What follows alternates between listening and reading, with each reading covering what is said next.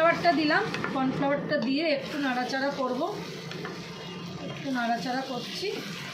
করার পর একটুখানি জল এটা কমিয়ে দিলাম, দিয়ে নামাবার টাইম হয়ে গেছে। একটু ওপর দিয়ে আমি সাদা তিল ছড়িয়ে দিলাম।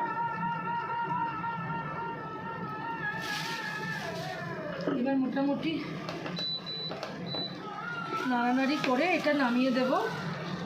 তিলটা দিয়ে দিলাম, এই তিলটা একটু মিশে যাবে এর সাথে, আর বাকি যে একটা তিল দেব সেটা ওপর থেকে আমি ছড়িয়ে দেবো। তো হয়ে গেল আমার লেমন চিকেন এখানে রেডি। এই যে জুসটা আছে এটুকু আমাকে রাখতেই হবে, কারণ এটা আবার টেনে যাবে, বুঝলে তো বন্ধুরা। এখানে রেডি হয়ে গেল লেমন চিকেন। এটা আমি এবার খাবার পর একটা জায়গায় ঢেলে রাখবো। ইন্ডাকশান অফ করলাম, এবার আমি এর মধ্যে ঢালবো।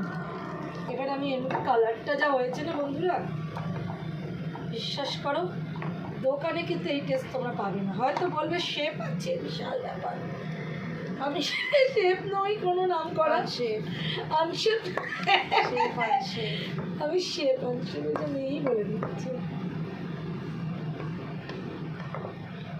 দাঁড়াও, উপর থেকে একটু তেল ছড়িয়ে দেবো।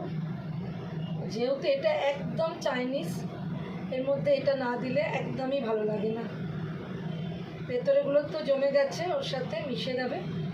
উপরে একটুকু আমি ছড়িয়ে দিলাম।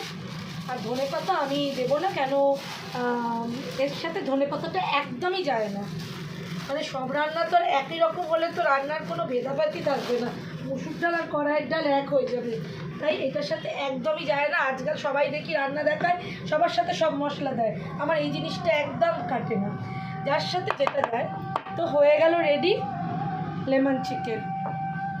শেফ পলি সর্দার, শেফ পলি সর্দার, শেফ আনশে, বল ওটা কি বলে, শেফ আনশে। হ্যাঁ। তো চলো লেমন চিকেন তৈরি হয়ে গেল, পরের রেসিপি দেখাচ্ছি আবার।